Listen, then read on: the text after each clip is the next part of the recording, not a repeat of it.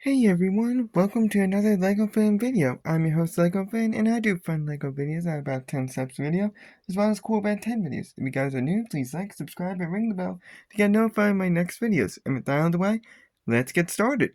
So, we are in the midst of doing some Ben 10 Ultimate Alien, which covers everything from Alien Swarm up to Ultimate Aggregore, excluding the character of Ultimate Aggregore.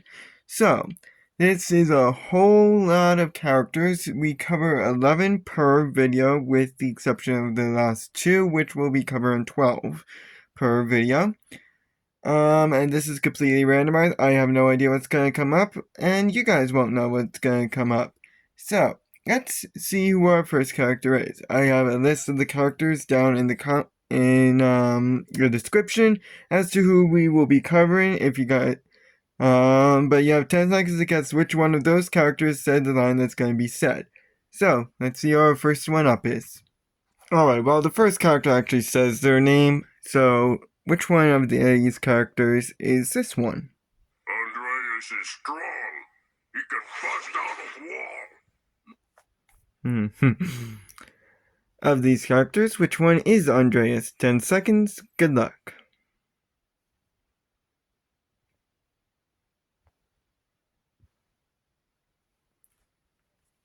So, sorry about that. Andreas is this one right here. So, he is what is called a Talpaden, first appearing in the episode of Escape from Aggregore, where he managed to escape from the cell the first time and was manipulated into trying to take the deck by force. But that unfortunately did not work, and he was recaptured. But fortunately, the other group succeeded and managed to contact Galil, but he died before he freed them.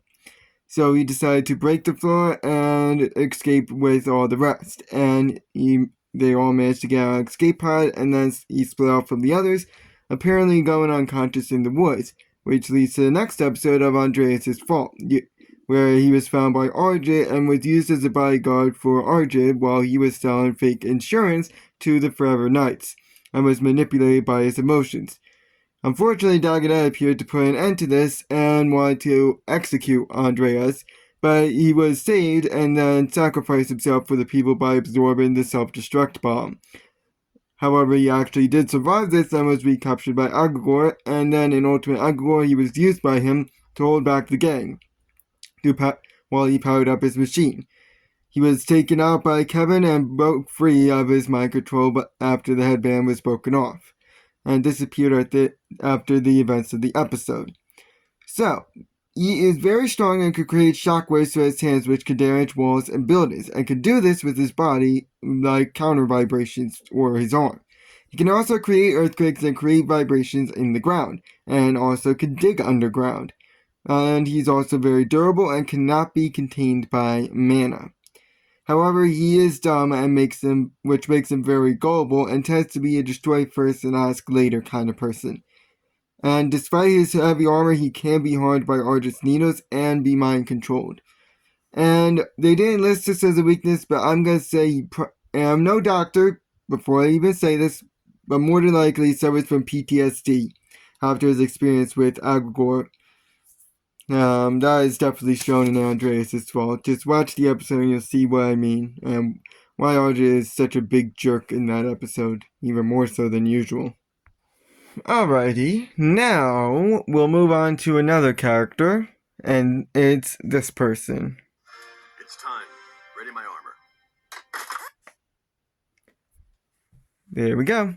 10 seconds to figure out who it is. Good luck.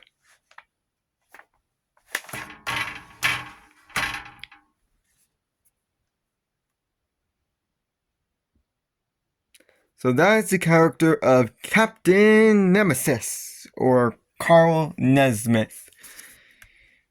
Who is this person right here? I don't have him outside his suit because he doesn't appear outside his suit. He's a human only appearing in the episodes so far of Hero Time, staging a kidnapping of Jennifer Nocturne when she was ready to do a book signing so that way he can win back his fame. But then this was interrupted by Ben, who was invited to his party by her. Later, he decided to unleash Computron in his minions that was also interrupted by Ben. That was also an attempt to get back his reputation, actually teaming up with the person we'll cover later, and he challenged him to a duel, which he lost. He decided to kidnap Julia Nocturne as a result of this and have one last fight, but he lost this as well and was arrested. I should probably say that yes, I don't know who is coming up. I did say we'll cover the person he was teaming up with later. I don't know who's coming up, but unfortunately I had to redo this video, so I do know all but one person that is in this list.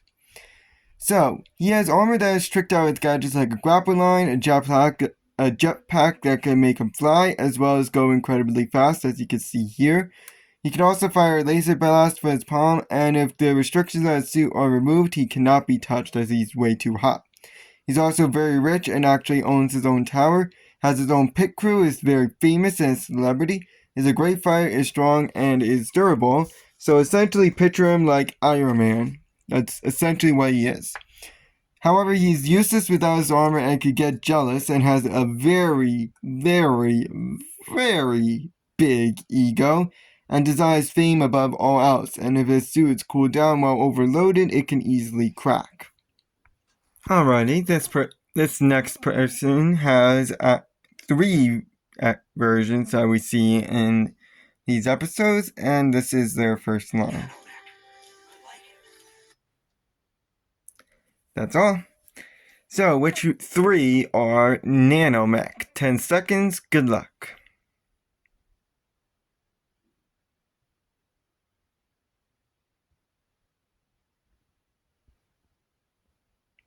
So, the three that are Nanomech are this one, which is what he actually looks like. We have him in his video game outfit from the namesake episode. And then we have him as shown in Alien Swarm. Which is actually which is probably, in my opinion, and fight me on this, it's honestly the best Ben 10 movie. Maybe next to Secret of the Omnitrix, but technically that's not a movie, technically it is. Depends on who you ask.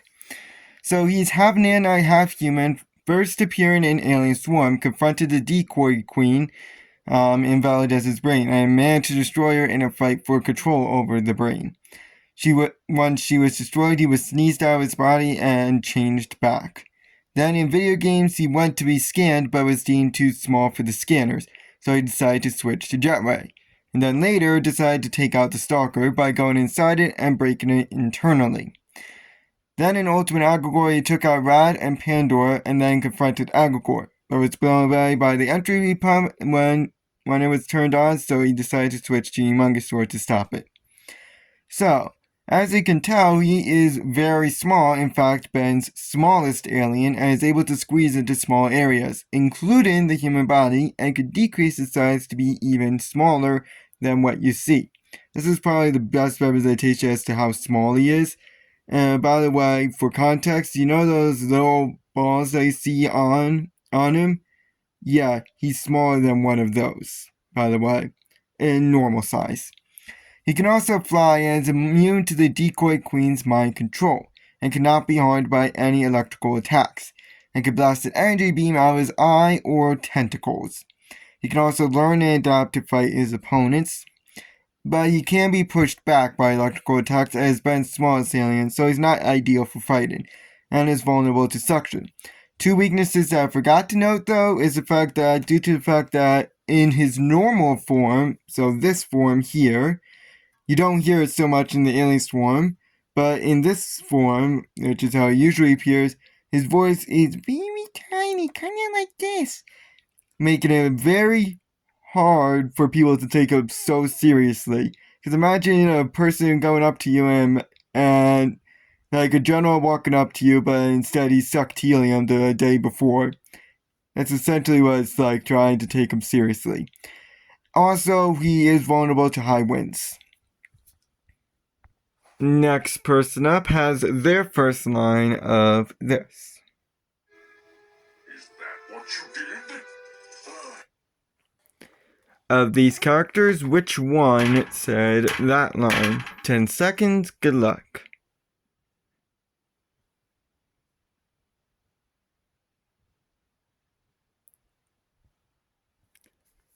So this alien is my least favorite. I already don't like Cannonbolt, but Ultimate Cannonbolt is just absolutely pointless next to Ultimate Big Chill.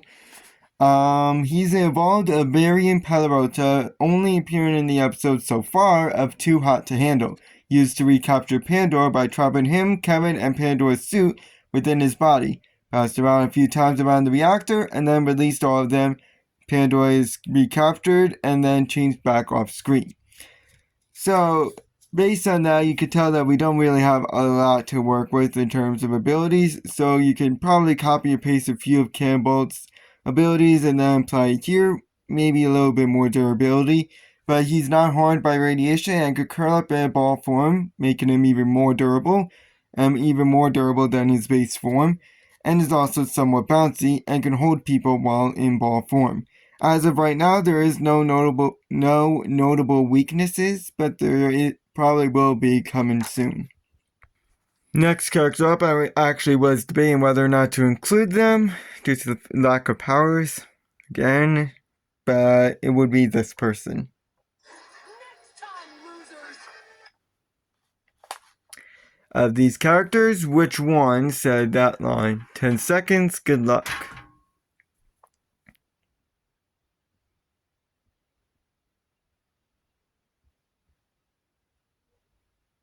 So, that will be the character of Rojo, which is this person right here. And dump in Azul and Amarillo as well. I decided not to include them because A, they pretty much are the same as Rojo, which you're going to see later on with Computon and Computon's minions.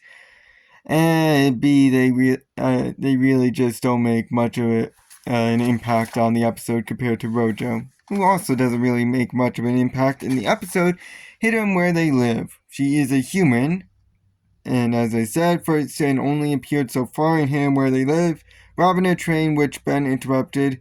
They fought, and she lost, but getting tied up with her two lackeys, Azul and Amarillo, thanks to the interference of Wrath. So she has a laser gun, is pretty strong, is agile, has a hover bike, and is an expert driver. Is also a leader her two lackeys of Azul and Amarillo, though that will change in time with two other lackeys. She seems to change lackeys every single series. And also has a chain which she can use as a whip to tie people up or trip others. But she's human and easily taken out.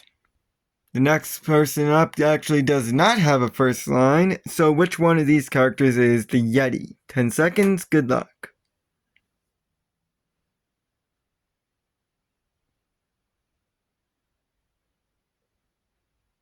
So the Yeti would be this one right here. Again, debating whether or not to include it, I decided to include it since it did make somewhat of an impact on the episode. He's his own species, first appearing and only appearing in Escape from Algor, where Anima decided to use him, mind control him to battle Ben. Ben managed to switch to Brainstorm and hijack the mind control device so that way the Yeti can attack Anima instead. He then was freed from his mind control and then walked away. And so he has enhanced strength and durability and is a somewhat good fighter and is immune to the cold environments that he lives in. However, he doesn't seem to be too smart without the headband. Next character up is probably Ben 10's fan's most favorite person. This person.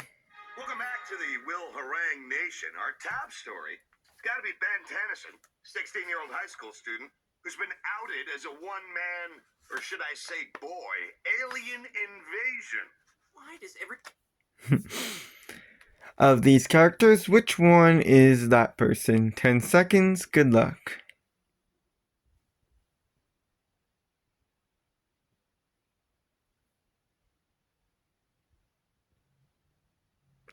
So that would be the character of Will Harangue. This person right here. He is a human, first appearing in the episode of Fame on TV, who publicly dismissed Ben 10 as a menace and should be stopped. And then Julie turned off the TV after that news spiel went on for a little too long. Then in video games, he used the character of Oliver Thompson to believe that Ben will get a video game. Actually, he scans moves for the Stalker, and used the Stalker in order to hunt down Ben, so that way his reputation will be ruined, eventually manually taking control of the Stalker, and then challenged Ben to a one-on-one duel in the National Mall. Thankfully, the Stalker got destroyed, and he was able to actually save face, and continue being a reporter. Then in Hero Time, he teamed up with Nemesis and tried to win back the favor for him by getting exclusive footage of him beating up computerized minions, as well as covering the Ben vs. Nemesis competition, and closed out the episode at the very end.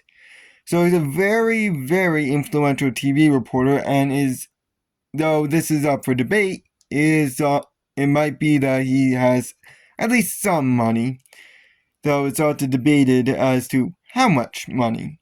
He's also at least somewhat intelligent enough to actually run his own robot, and has his own loyal camera crew. He can also drive and had a car, but that was destroyed in video games, and is an excellent liar, able to twist the truth to benefit him and hurt Ben. But he's a normal human, no unique powers of his own, and has a one-track mind on his veins, and damaging Ben's reputation. Speaking of which, we probably should cover the robot, so which one of these is the Stalker? 10 seconds, good luck.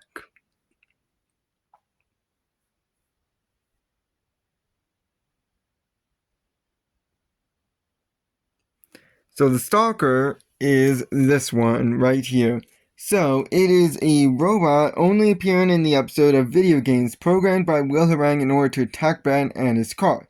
But when it was set loose for the first time, it failed to do this task and was recalled because it was putting people in danger. So Will Harangue decided to do it himself and almost caught Ben, but at that time it was also recalled, and it was used in the final fight with Will Harangue in the one-on-one battle. But Ben managed to use moves that were not programmed in the Stalker to beat it and destroyed it. And yeah, that was the end of the Stalker. So clearly it has a lot of abilities. It is somewhat fast, can't be harmed by Spider Monkey's weapon, and has laser guns which can be shot from the top or bottom. By top, I mean the little eye here. It also can't be harmed by fire, because it has fire extinguishers, and it has a plant-killing liquid to remove any vines that are grown around it. It also can't be harmed by melee attacks, and has a mirror to deflect lasers which can pop off the top. It also has a somewhat quick reactions, has rockets, can be piloted manually or automatically, has a grapple gun and an adhesive in order to make Cannonbolt stick, is very strong, can generate heat if it's ever frozen, has a flamethrower, electric antennas, can rotate its body 360 degrees, is non-magnetic, so in other words, it cannot be pulled apart by magnets, which makes you wonder what it actually is made of. It also has a video screen and can extend its height, but its automatic control settings are pretty faulty, and it can be called off, and it only knows aliens and moves that were scanned into its systems, and doesn't have any counterattacks for other moves. And for our next person up is this one. This is a lot less fun than I thought it would be. 10 seconds to guess which one of the characters said that line. 10 seconds, good luck.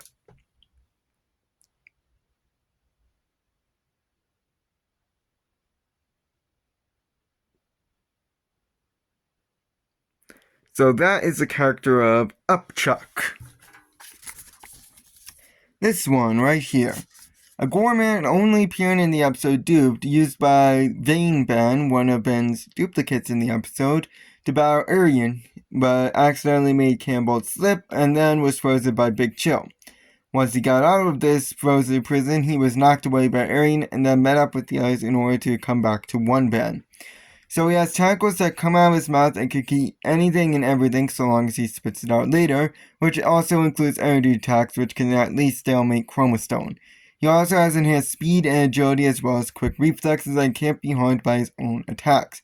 He also cannot be frozen as he can spit acid in order to get out, which is one of his abilities. He has acidic spit.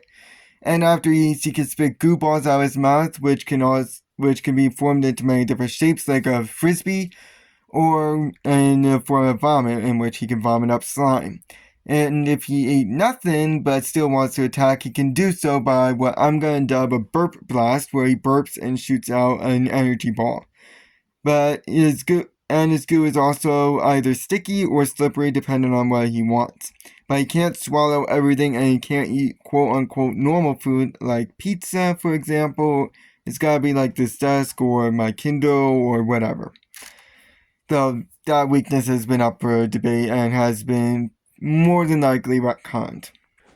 Alright, next character up has two forms here, and this is his first line.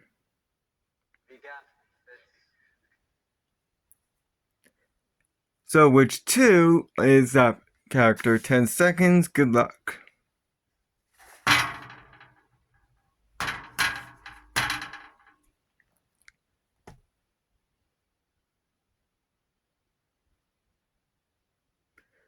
So that is the character of Kevin E. Levin, the last of the main characters. He's the tertiary character. So we have him in his snow outfit as seen in Escape from Agrigor, and him in his normal outfit. So he's announced mostly, I guess you could say mutant human now, since that's been retconned. And first appeared in Alien Swarm, appearing in all subsequent episodes, and has a bunch of abilities and weaknesses. Since he is one of the main characters, we get to spend a lot of time with him. So he knows about alien tech and how it operates, as well as the aliens themselves, is a plumber and has knowledge on how they operate, is a football fan, and is familiar with the alien black market on Earth. He can also read alien, is a good fighter and decent climber, has the ability to absorb any material, which can be for his whole body or part of it, and can transfer this material to others, and it can also be multiple materials at once. When he's any material, he is very durable, strong, can create mini earthquakes that go through the floor, burst through restraints, perform a super slam if he's high enough, become protected from radiation, and mend items, and can morph his hands into weapons like a spike ball, a lance, an axe which can cut through metal, as well as a hammer which can be slammed hard enough to cause earthquakes. When he's rubber, he also gets some extra abilities like enhanced jump and a burnt rubber smell if he's ever shot, which is honestly the worst smell on Earth. He's also a good mechanic and car junkie, having one of his own, and an expert driver, which includes the rust bucket. His car is durable, able to go off-road with monster truck mode, and has a few other perks as well, like rockets and lasers, as well as an auto-attack mode. His car can fly and turn invisible, as well as have a speed trap detector, a parachute, ramjets, ejection seat, and a smoke cloud. He also knows about the planets and could, well, that power, honestly, I don't even need to say anything about it. He can also pick locks and has his own spaceship named Rust Bucket 3 and can pilot one, which also has enhanced speed and lasers. He can also operate Rust Bucket 2 and can swim and is smart and work a crime scene and is a good hacker. But he still has his arrogance and has herpetophobia, which is the fear of alligators. If he gets knocked out, he loses the absorbed material, has a one-track mind, can be forced to change into material, and out of one, loves Gwen, is a jokester and loves toying with people, is prone to jealousy and can be a bit boastful, is weak if anything gets through his transformation skin, which is entirely possible, is very quick to anger and has to touch something to activate his powers, otherwise he's useless. He is protective of his father and the few memories he has of him, cares about his car almost to a fault. His car can also be very loud and can be harmed by Argent's needles. This is a character I had no idea that was coming up, and this is their first line. Oh, a battle of brain power, is it? I'm afraid you, sir, find yourself greatly outmatched. So, which one of these characters said that line? 10 seconds, good luck.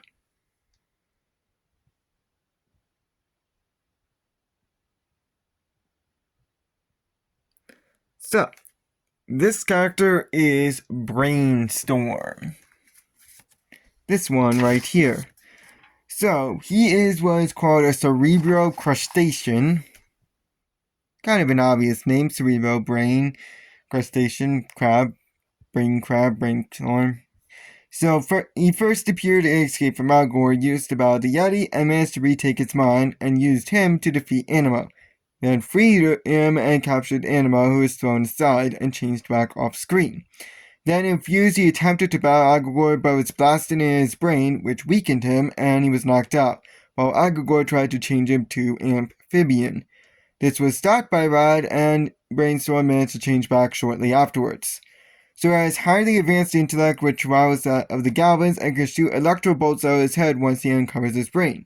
This can turn water to steam and shoot this as a single bolt as well. He can also form shields that perform telekinesis, as well as an electric form of this telekinesis, and is somewhat agile and can walk on spider monkey's webs. He also can levitate, and while he doesn't like the cold, he is immune to the cold, but he doesn't like walking on the cold, as shown by his actual first line, because I don't like including their first line since he says the name, where he was pained by walking on ice. But he can reverse the mind control on mind control headbands, and has some dexterity despite his hands actually being pincers. But he's not a good fighter, and despite the fact that he can walk on spider monkey's webs, he can be caught in them. He can also often overthink scenarios, and he cannot attack people who absorb energy. War can also short him out, and his species also has a feud with goblins over who is smarter. And he often speaks too smart, can come across as arrogant, and cannot focus if there's too much noise. He's also weak when his brain is uncovered, because that is his main weak point. So if you attack him when his brain is uncovered, it can really damage him. That is all for today, folks. Come back next time for another batch of characters. And thankfully, we got all our main characters, but we still got one big character left. And I'm pretty sure you know exactly who I mean. So, let's see if we'll get them next time. So long.